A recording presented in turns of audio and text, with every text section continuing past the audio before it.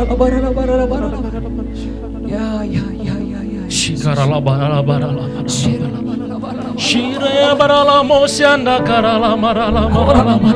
Sungguh Engkau baik Tuhan, kasih-Mu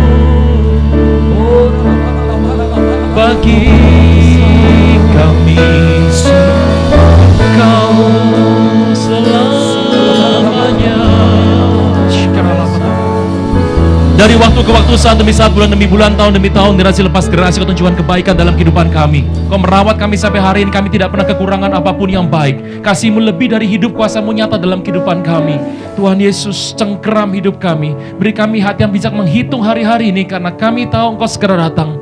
Bila pengurapan mengajar setiap kami, hati telinga seorang murid melekat dalam kehidupan kami. Untuk kami keluar tempat ini, kami diubahkan sungguh. Pujian, hormat, kuasa, kemuliaan bagi nama Tuhan Yesus. Engkau perisai hidup kami, Engkau pagar tembok sekeliling kami.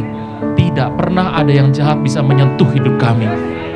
Engkau Tuhan, upah kami yang sangat amat besar. Di dalam nama Tuhan Yesus, yang percaya diberkati sama-sama boleh berkata, amin. Beri kemuliaan buat Tuhan Yesus. Haleluya. Haleluya. Amin. Saudara-saudara sekalian, Shalom saudara sekalian, senang sekali boleh berjumpa di tempat ini. Saya percaya diberkati berlimpah-limpah. Cuaca hari ini tidak terlalu baik. Sebentar.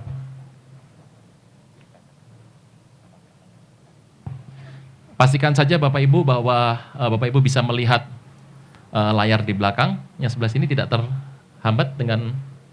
Oke ya. Mau kesana sedikit? Awas. Bawahnya awas. Sudah? Sebelah sini aman? Aman? Oke. Saudara Tuhan, udah siapkan saja kameranya, nanti tinggal difoto begitu. Jadi gampang gitu. Saudara Tuhan, sudah cukup lama memang tidak seminar dan lokasinya bagus sekali di BEC, ruangannya baru. Cuaca hari ini hujan deras sudah berhenti. Kita sedang menunggu rekan-rekan yang sedang berjalan ke sini, katanya saya dengar airnya deras ya. Tapi saya percaya bahwa biarlah hati untuk terus mau mendapatkan makanan rohani itu melekat dalam kehidupan kita. Saudara Tuhan, saya akan sampaikan materinya mungkin sekitar 1 jam lewat sedikit. Kira-kira nanti jam 8 kurang saya akan berhenti. Setelah itu tanya jawab. Nah Bapak Ibu, kalau dikasih mic panjang cerita deh nanti. Terima kasih kesempatannya, puji nama. Kelamaan sudah. Tulis saja di kertas pertanyaannya, kemudian Anda butuh kertas, tinggal lambaikan tangan, nanti para pekerja akan bagikan kertas, Anda tulis pertanyaannya, kalau sudah lambaikan tangan lagi, nanti akan ada yang mengambil untuk kirim ke depan. Jadi gampang saja, silakan tulis pertanyaannya, jam 8 kurang sedikit atau jam 8, saya akan mulai membacakan, sedapat mungkin kalau bisa, jam 8:30 sudah kelar, supaya enak, kecuali Tuhan berkehendak lain, selesai jam 11, lain perkara. Oke, saudara Tuhan, kita akan lihat sebentar apa yang sedang terjadi hari-hari ini. Saya akan update dulu. Materi belum masuk, update dulu. Saudara Tuhan, kita mengerti bahwa dunia ini sebetulnya sedang mengalami sebuah perubahan besar. Dan dengan cepat saja, 2016 sampai 2017, kita sedang melihat sebuah shifting terjadi di mana-mana. Salah satu yang paling menarik adalah kisah mengenai bagaimana sebetulnya orang Yahudi itu mengalami sebuah tekanan sesuai dengan apa yang ada di Joel 3. Kita buka sebentar Joel 3, firman Tuhan. Joel 3 menulis sebuah kisah yang menarik sekali. Joel 3 ayat yang pertama sampai selesai, Bapak Ibu saya harapkan Bapak Ibu bisa kelak terus di rumah membaca kisah-kisah seperti ini. Dan supaya bisa melihat apa yang sedang terjadi hari-hari ini.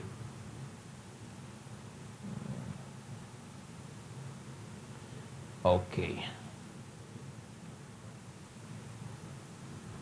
Nikmat ya, wah judulnya mantap ya. Oke. Paling enak itu adalah duduk santai gitu, lipat tangan terus nikmati, jangan tidur aja. Saudara Tuhan, jadi begini.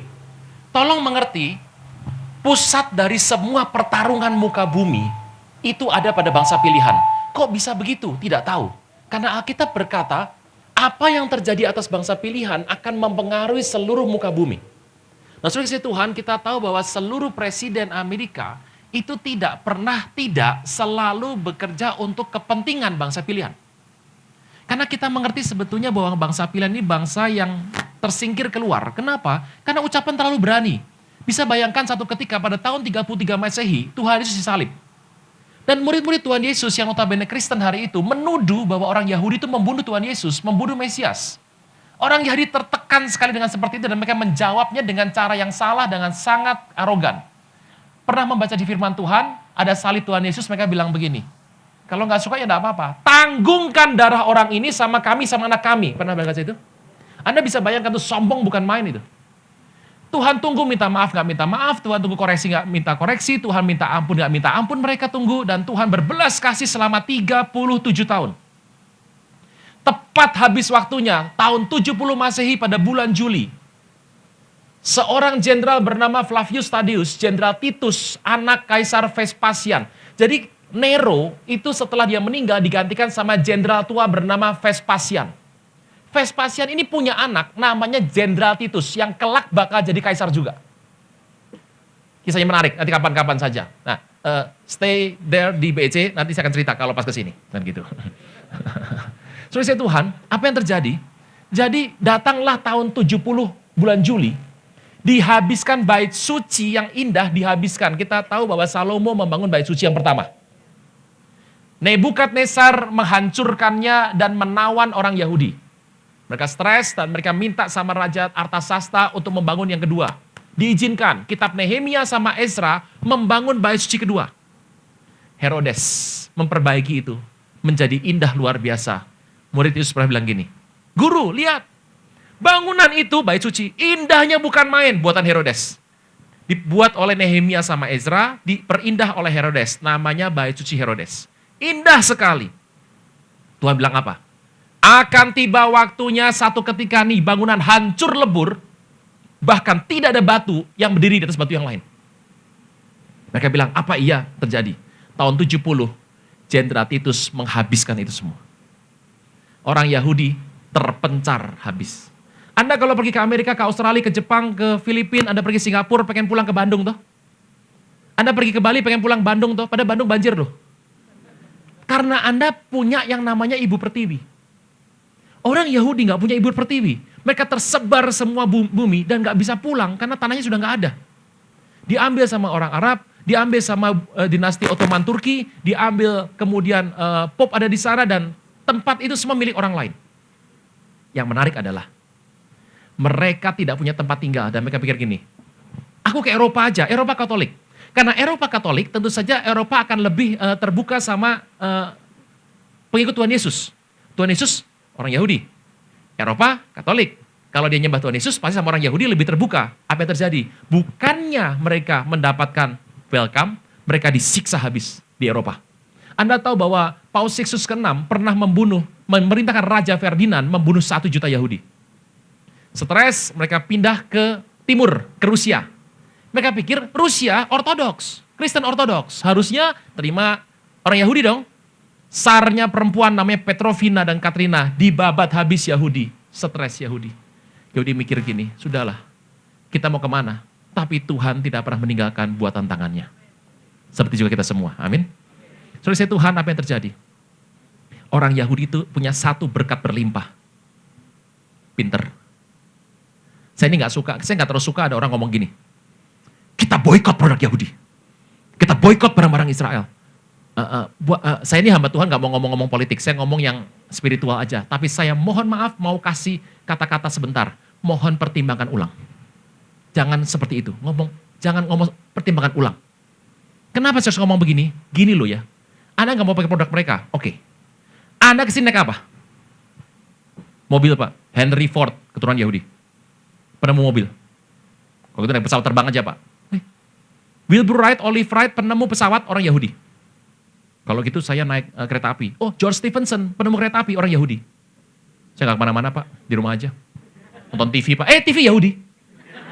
Matikan. Kalau gitu saya mandi aja. Mandi, nanti dulu. Shampoo, conditioner, pewarna rambut, catokan, bondingan rambut, semua yang lurus-lurus itu. Terus scrub, batangan, sabun batang, sabun cair, pembersih kaki, kloset bisa bersih semuanya produk mereka. Gak jadi mandi, duduk lagi. Sudahlah. Saya makan snack. buka kemasan, krek, dibuka pasti makan. Nanti dulu. Pemanis yang Anda pakai untuk makan snack atau makan kudapan dalam sebuah kemasan, itu diambil dari sirup jagung dan 3 besar penguasa dunianya, Yahudi. Nggak jadi, taruh lagi.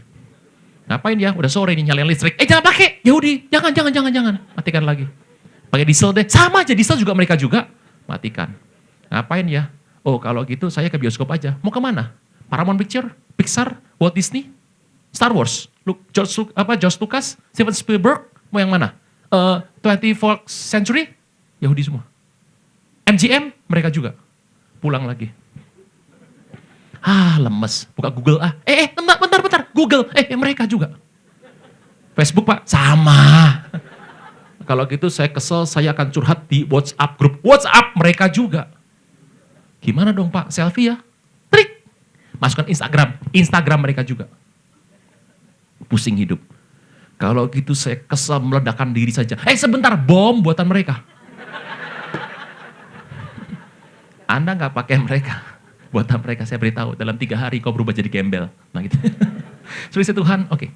Mereka pintar sekali dan mereka mendapatkan waktu di Eropa dan berkembanglah mereka di Eropa. Tapi mereka tahu bahwa Eropa tidak menjanjikan. Mereka harus mencari sebuah negara dan kelak negara ini yang akan membuat sebuah keberuntungan atau membuat semua dukungan untuk bangsa pilihan.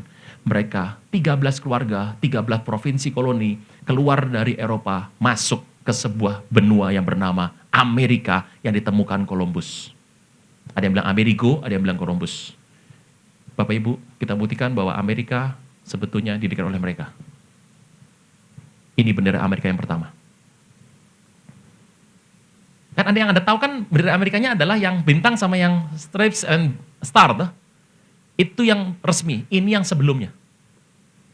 Ini jelas dari mana? Bintangnya 7, sinarnya 9. 7 sama 9 diambil dari mana? Anda pasti pernah melihat bentuk gambar seperti ini. Menorah. Kandil kaki Dian. Berapa ininya? Kakinya? 7. Anda pergi tanah perjanjian, Anda sering lihat souvenir seperti ini kan? Ada yang 7, ada yang 9. Beli yang mana, Pak? Budget cukup, beli dua-duanya. Kalau budget kurang, yang 7 dulu. Yang 7 zaman Musa, yang 9 zaman Hanukah. Kalau kapan kita akan bahas. Zaman Tuhan Yesus pakai yang 9. Itu semuanya 7. Ini benderanya. Sampai sini? Jadi mereka membentuk negara ini untuk kepentingan bangsa pilihan. Dan tidak pernah ada presiden manapun di Amerika yang tidak mendukung bangsa ini. Kecuali satu, Obama. Di akhir masa pemerintahannya, dia mengirim 130 ton uranium ke Iran. Sekarang Trump stres. Trump mau tekan Iran, Iran luncurkan rudal kendali jarak 75 km. Artinya apa? Anda sanksi saya sikat. Iran masih punya yang 2.200 km jajahnya. Dari Teheran sampai Tel Aviv, 2.200 bisa masuk. Itu belum seberapa. China punya Beijing ke Washington, 14.000 km China punya. Itu kalau sampai terjadi, Indonesia cuma gini. Ya, kita menyembah Tuhan saja, yang sejahtera saja. Amin. Ya, saudara Tuhan, ini yang luar biasa. Dan satu hari dia memberikan 880 green card kepada imigran gak jelas dari mana. Ya kalau yang tua sama anak kecil masuk, ya oke. Ini yang usia muda masuk dikasih. Saudara Tuhan, tapi saya percaya Tuhan itu pilih orang. Kita semua disayang sama Tuhan. Tapi setiap orang ada rencana Tuhan dalam hidupnya. Tolong mengerti, dalam sebuah rencana Tuhan yang besar, Tuhan menyertakan bukan cuma orang Kristen loh. Tolong mengerti, yang namanya Firaun, Tuhan pakai. Saya mau tanya, kalau Firaun gak dipakai Tuhan, itu yang namanya Musa mau ribut sama siapa? Sama kita, nggak berani kita. Masih ingat Esther punya suami Ahasiweros? Ribut antara omnya bernama Mordechai sama Haman di kerajaan Persia. Rebutan, masih ingat? Itu kalau sampai Tuhan pakai Mordechai, nggak ada Haman. Saya mau tanya, Mordechai mau ribut sama siapa? Sama orang Sunda? Tawani. Orang teh. Sorry saya Tuhan pakai Yudas nggak? Saya mau tanya, kalau nggak ada beliau, siapa yang mau nyangkal Tuhan Yesus? Maaf, siapa yang akan mengkhianati Tuhan Yesus? Dalam sebuah rencana Tuhan yang besar, program Tuhan yang besar, ada orang yang dipakai Tuhan untuk maksud kemuliaan, ada yang kurang mulia. Ada yang untuk bencana kemuliaan, ada yang bencana kurang mulia. Itu sebabnya saya percaya Bapak Ibu Saudara sekalian, dalam kehidupan Anda dan saya, Selalu setia sama Tuhan, selalu ikut Tuhan sungguh-sungguh supaya apa? Kita dipakai jadi bejana kemuliaan nama Tuhan. Dan Tuhan pakai. Dan satu hari Tuhan panggil satu orang untuk naik yang bernama Trump. Bapak Ibu, ada orang bilang gini sama saya, Pak Aruna mah kalau ngomong orangnya tuh suka kutak-katik gatuk, tau ya? Dicocok-cocokin gitu loh. Ilmunya cocok logi. Kalau meleset, melesetologi. Saya akan bicara sebentar, Bapak Ibu, bahwa ini sebuah rencana Tuhan. Tapi tolong mengerti, jangan euforia mengenai apa yang sedang terjadi, tetap pegang firman Tuhan. Saya akan buktikan sebentar bahwa Trump dan Tuhan Yesus punya banyak kesamaan. Saya Tuhan, perkenalkan. Rabbi Amran Vaknin, kenapa saya buka pada hari ini dengan seminar-seminar ini? Supaya kita tahu berapa dekatnya kita dengan sebuah kejadian akhir. Waktu sudah sangat amat singkat. Saya Tuhan, Rabi ini adalah seorang rabi yang terkenal 78 tahun usianya, Amran Vaknin, lumpuh di kursi roda, berbaju putih. Anda tahu bahwa rabi itu bukan pendeta biasa. Rabi bajunya cuma putih hitam dan abu-abu saja. Dan jangan pernah coba-coba foto-foto yang model begini, diajak selfie berdua, jangan coba-coba.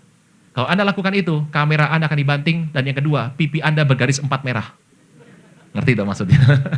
Oke, beliau ini pergi doa bersama dengan murid-muridnya, dan tiba-tiba lagi berdoa di sebuah gua yang diyakini gua Elia. Tiba-tiba dia kaget, dia menunjuk dan dia kaget, dia jatuh. Tubuhnya sedikit berlepotan dengan lumpur. Semua bertanya, ada apa Rabi, ada apa? Dia berkata, aku telah melihat Elia. Bapak Ibu, ucapan itu ucapan yang biasa bagi kita. Tapi bagi seorang Rabi, berkata aku telah melihat Elia itu menggemparkan orang-orang Israel. Kenapa? Karena di Israel itu cuma ada 2 nabi besar, yaitu adalah Musa dan Elia. Dan Elia diyakini sebagai nabi yang akan menjadi pembuka jalan Mesias datang. Jadi kalau sudah penampakan penglihatan nubuatan soal Elia muncul berkali-kali, Alkitab berkata, Tuhan Yesus mengatakan John the Baptist adalah Elia.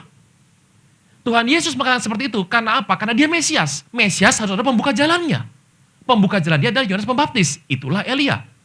Maliaki berkata nanti pada akhir zaman akan muncul Nabi Elia yang membuat hati Bapa balik sama anak, anak balik sama Bapa. Masih ingat Lukas dikatakan ayat 1:19? Menyiapkan umat yang layak bagi kedatangannya. Siapa itu? Nabi Elia. Nabi Elia diyakini oleh bangsa pilihan sebagai nabi yang akan muncul membuka zaman untuk sebuah Mesias datang. Seorang Mesias datang. Dan beliau berkata, aku telah lihat Mesias. Gemparlah semuanya di mana-mana. Bapak Ibu, kita tahu persis Tuhan datang segera. Kita tahu persis Yesus datang segera. Tapi kita juga miris dalam hati. Kita juga sangat sedih dalam hati. Karena kita tahu persis. Waktu bangsa pilihan mengatakan Mesias datang. Kita tahu persis yang akan muncul di depan mereka nanti. Bukanlah Tuhan Yesus. Tetapi Mesias palsu. Dan mereka menganggap itulah Mesias yang asli. Tapi sudahlah, kita geser dulu saja. Saudara Tuhan, inilah Rabi. Dan sudah banyak Rabi yang mengatakan seperti itu. Mesias akan muncul. Di tengah kekacauan, kita buktikan sebentar Tuhan memilih seorang bernama Donald John Trump. Saya akan buktikan sebentar bahwa Donald Trump punya banyak kesamaan dengan Tuhan Yesus. Namanya Donald John Trump, John the Trumpet katanya. Oke lah, atur saja. Saudara Tuhan, Tuhan Yesus dan Donald John Trump. Donald Trump, ada seorang bernama Frederick Trump. Frederick Trump menikahi Elizabeth Christ. Keren ya namanya ya. Elizabeth Christ. Punya anak namanya Frederick Christ Trump. Frederick Christ Trump menikah dengan Mary Ann McLeod dan punya anak 5, salah satunya adalah Donald Trump. Jadi Tuhan Yesus dengan Donald Trump sama-sama punya mama bernama Mary. Loh bener, itu saya bilang apa? Bener, fakta loh. Anda boleh cari. Tuhan Yesus punya tante namanya Elizabeth, Donald Trump punya nenek namanya Elizabeth Christ. Elizabeth Christ meninggal 6 Juni 66. Beberapa angka saya kasih, bukan buat main buntut. Tak siau, bukan. Saudara Tuhan, ini yang menarik. Donald Trump ada sebuah orang pilihan Tuhan. Bangsa Israel tekan habis. Kenapa bisa tekan habis? Renungkan sebentar. Pada bulan Oktober 2016, Oktober menjadi bulan penentu. Kenapa? Itulah pergantian tahun Yahudi dan setelah itu kita memasuki tahun pedang. Saya akan ceritakan nanti apa yang disampaikan oleh pendoa-pendoa di akhir dari seminar ini. Bapak Ibu, pada saat kita tahu Ain Zayin 5777, Pak Niko sampaikan ini sebagai tahun mujizat penuaian. Mujizat dan kita akan menuai. Engkau saya akan menuai. Bapak Ibu menuai dengan 2 pedang. Masih ingat Tuhan Yesus waktu mau ditangkap? Dia bilang sama murid-muridnya, sekarang beli pedang. Apa muridnya bilang? Tuhan, ini 2 pedang. Apa Tuhan bilang? 2 pedang sudah cukup. Masih ingat itu? Hello. Cukup, oke. 2 pedang, 1 perang, 1 tuai. Terus Tuhan, ini yang menarik. Dan Donald Trump naik. Bulan Oktober, UNESCO, bagian pendidikan dan kebudayaan dari PBB memberikan rekomendasi kepada PBB, UNESCO Oktober, berikan rekomendasi kepada PBB bahwa Israel membangun pemukiman Yahudi di tanah Palestina di tepi barat West Bank. Oleh karena itu, Israel akan dianggap sebagai membuat tindakan ilegal bila perlu menjadi penjahat perang. Wajib dibawa ke Mahkamah Internasional. Bulan November, sebulan kemudian. Mantan Presiden Amerika, Jimmy Carter, entah dia ngalami apa, dia berkata bahwa Israel itu membangun pemukiman Yahudi di tempat Palestina. Seharusnya itulah tindakan ilegal. Ayo kita akan minta supaya mereka membatalkan ini atau dianggap sebagai penjahat perang. Bapak Ibu, Desember tanggal 23, 2013, 2013, 23 Desember, hari Jumat, minggunya Natal. Tiba-tiba, 15 negara Dewan Keamanan PBB, atas usul 5 negara, Malaysia, Senegal, New Zealand, Venezuela, satu lagi adalah, saya lupa, adalah 5 negara, Mesir, adalah 5. Mengusulkan pada DKPBB, supaya mengambil suara bahwa Israel itu adalah membuat tindakan ilegal membangun pemukiman Yahudi. Selama ini Israel tenang, karena negara menyudut, semua bangsa menyudutkan dia. Setiap sudah putusannya final, tiba-tiba Amerika akan veto. Veto itu membatalkan. Di dunia ini cuma ada 5 negara bisa veto. Amerika, Rusia, Prancis, Inggris, dan China. Amerika paling sering memveto. Begitu diveto, bubar semuanya. Dan 5 negara ini memberikan usul untuk mengambil suara. Israel, Benjamin Netanyahu, marahnya bukan main. 5 negara ini semuanya disangsi. Rakyatnya kalau ke Israel dipersulit. 5 negara disangsi, Mesir akhirnya mengundurkan. Gak jadi, takut disangsi. 5 ini disangsi semuanya. Yang disangsi bukan 5, 6. Yang ke-6 Indonesia. Anda mau pergi kapan ke Israel? 1 Maret, lupakan, udah gak bisa. Sekarang ngurus visa 8 hari. Dulu 8 hari, sekarang sebulan. Anda mau pergi sana, dulu ngurus 8 hari, sekarang sebulan. Anda boleh coba. Bapak Ibu, apa yang terjadi? Ambil suara. 15 ambil suara voting. Siapa yang setuju Israel ilegal? 14 negara setuju. Waduh, Netanyahu udah marah luar biasa. Dia berkata sebentar lagi Amerika pasti veto. Amerika abstain. Israel ilegal. 23 Desember 2016. Ditulis dalam resolusi nomor 2334. Israel ilegal dan bangsa ini membuat kejahatan. Sanksinya jelas. Bangsa ini dipaksa hidup berdampingan dengan bangsa Palestina. 1 negara dibagi 2, 1 kota Yerusalem dibagi 2. Kalau sampai terjadi, saya beritahu, Anda dan saya tidak bisa pergi lagi. Itu Desember 2016. Kita mah santai, masih batagor-batagoran, ya toh, santai. Saudara Tuhan, ini genting sekali karena begitu dibagi, saya beritahu, begitu dibagi, Anda siap-siap golden ticket. Berangkat. Rapture maksudnya. Joel 3 mengatakan dengan jelas, saya bacakan. Sebab sesungguhnya, belum seminar, ini update terbaru. Tenang, yang telah tenang itu jangan khawatir, belum. Sebab sesungguhnya pada hari-hari itu, pada waktu itu, apabila Tuhan memulihkan keadaan Yehuda dan Yerusalem, Tuhan mengumpulkan segala bangsa dan membawa mereka turun ke lembah Yosafat. Itu lembah di mana Moab, Amon, suku Meunim berantem. Tuhan berperkara dengan mereka di sana mengenai umatku dan milikku sendiri Israel. Oleh karena mereka mencerai-beraikannya antara bangsa-bangsa dan membagi-bagi tanahku. Tuhan bilang, siapa bangsa yang akan membagi, setuju pembagian, ngutang-ngatik, aku babat sampai habis. Contoh pertama siapa? New Zealand. Christchurch, 59 kali gempa, sekali gempa 8,2 skala Richter. Dar. 2 hari sebelumnya Argentina gempa. Argentina sama New Zealand itu setengah bumi itu. Dor. Masalahnya tengahnya Zamrud Katulistiwa, Gemah Ripah Loh Jinawi, Toto Tentrem Kertora Harjo. Ya kita itu tengahnya. Bapak Ibu. 23 Desember 2016, tambah sama saya, 23 Desember 2016. Resolusi keluar, bangsa ini ilegal. Hamil berapa bulan Bapak Ibu? 9. Tambah 9 bulan. 23 Desember 2016 tambah 9 bulan. 23 September 2017, tetap baik-baik. 23 September 2017, Anda tetap baik-baik.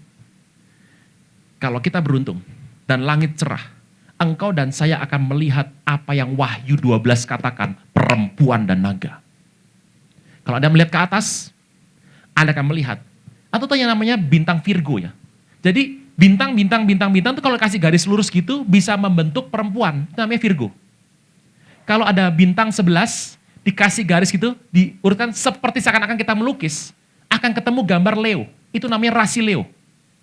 23 September 2017 tahun ini, kalau langit cerah dan kita beruntung bisa melihat dengan teleskop, Anda akan melihat bintang Virgo, atasnya Leo.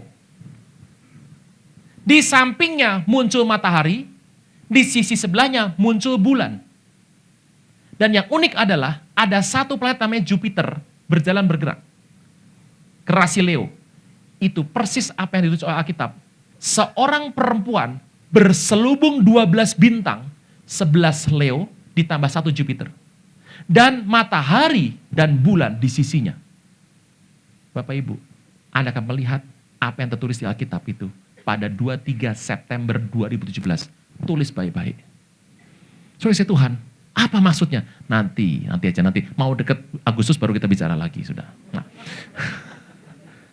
Bapak Ibu, tepat Januari 2017, 15 Januari, 70 negara kumpul di Paris dengan sponsor Perancis dan Palestina.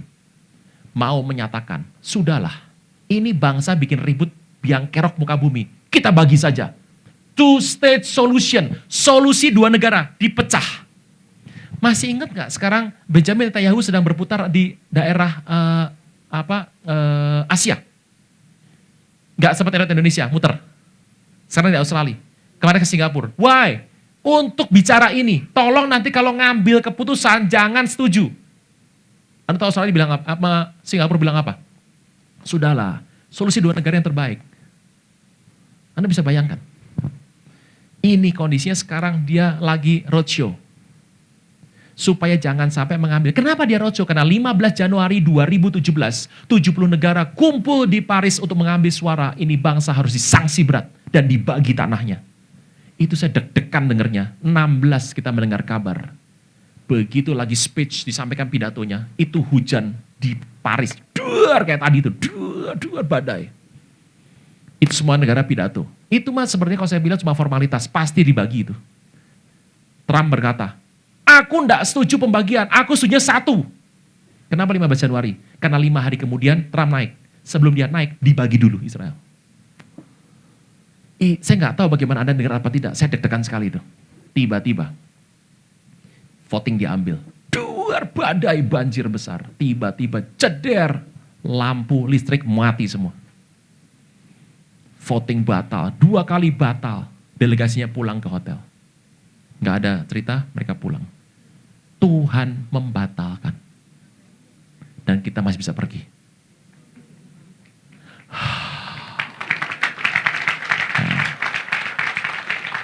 Terus Tuhan, Pak, tadi juga hujan deras Pak, Tuhan mau batalin ya? Jangan sembarangan. Itu nggak ada korelasinya. Oke. Sampai sini oke?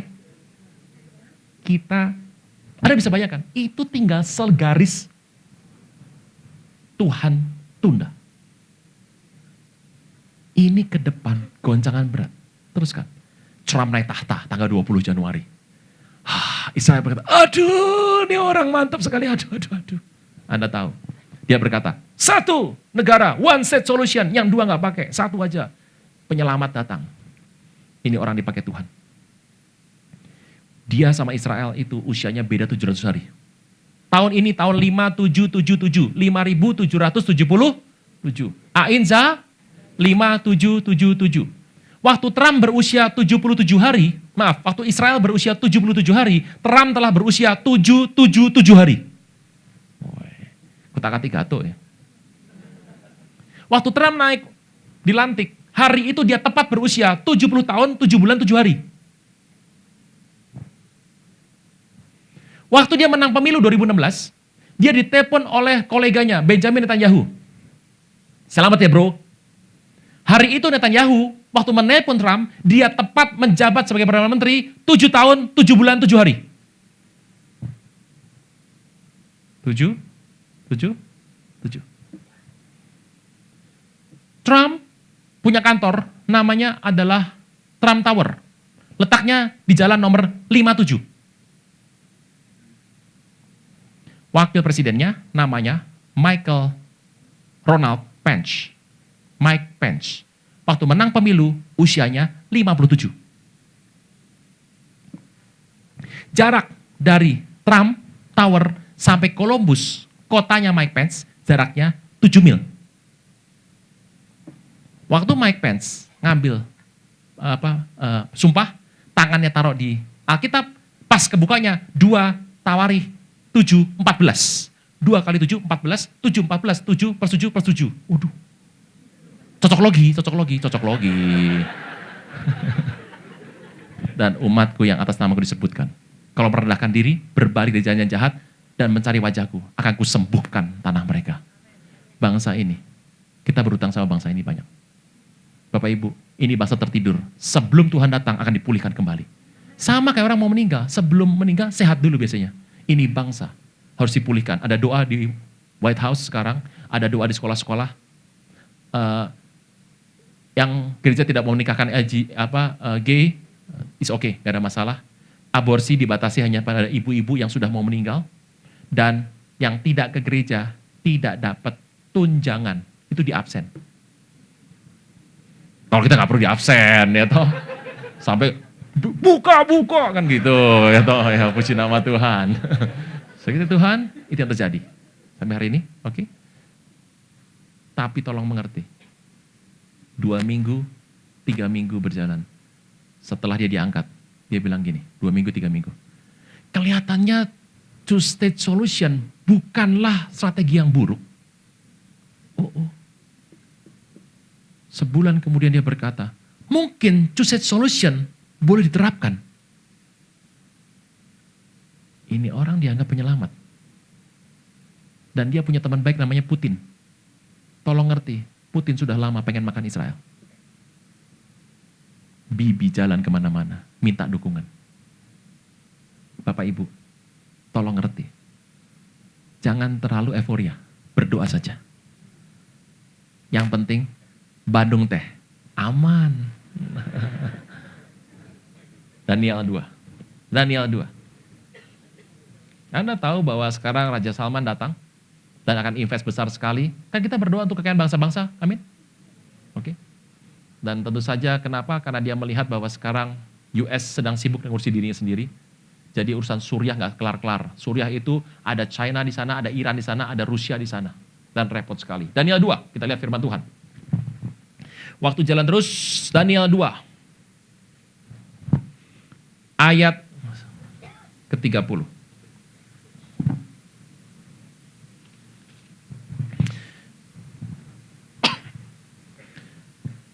Kita akan selesaikan ini di jam 8, masih lama, masih sejam lagi. Daniel 2. Ayat yang ke-31. Bapak Ibu, saya akan sebentar dengan cepat saja. Jadi Daniel itu mengalami sebuah peristiwa di mana Nebukadnezar, raja dari Babilonia, itu satu ketika mengalami sebuah mimpi. Dan waktu dia bermimpi, yang menarik adalah dia tidak tahu apa artinya. Oke, sebentar ya, saya tutup dulu.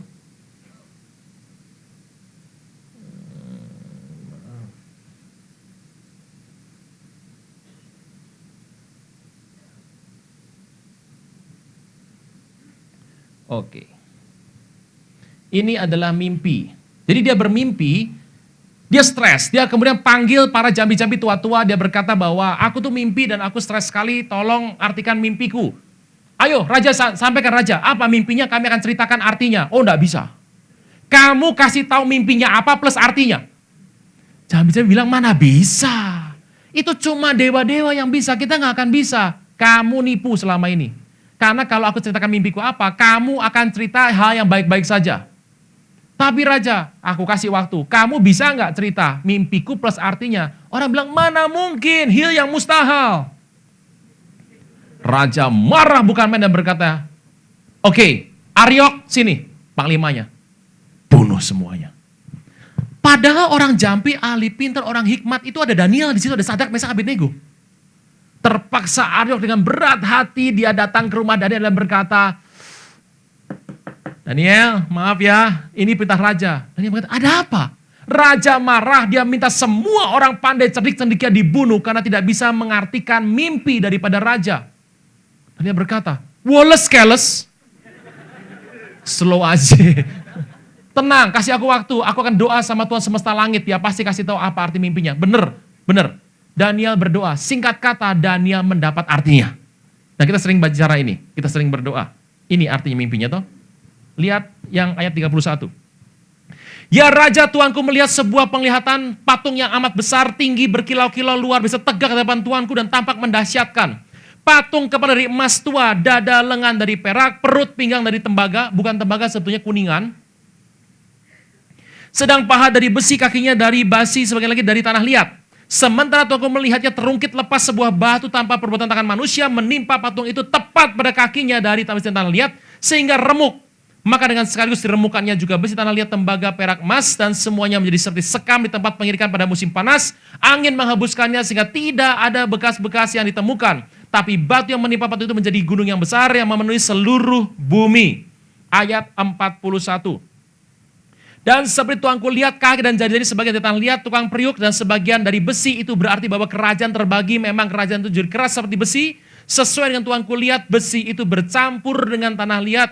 Tetapi sebagaimana jari-jari kaki itu sebagian dari besi, sebagian dari tanah liat, demikianlah kerajaan itu akan menjadi keras sebagian dan rapuh sebagian. Ayat 43 bagus sekali.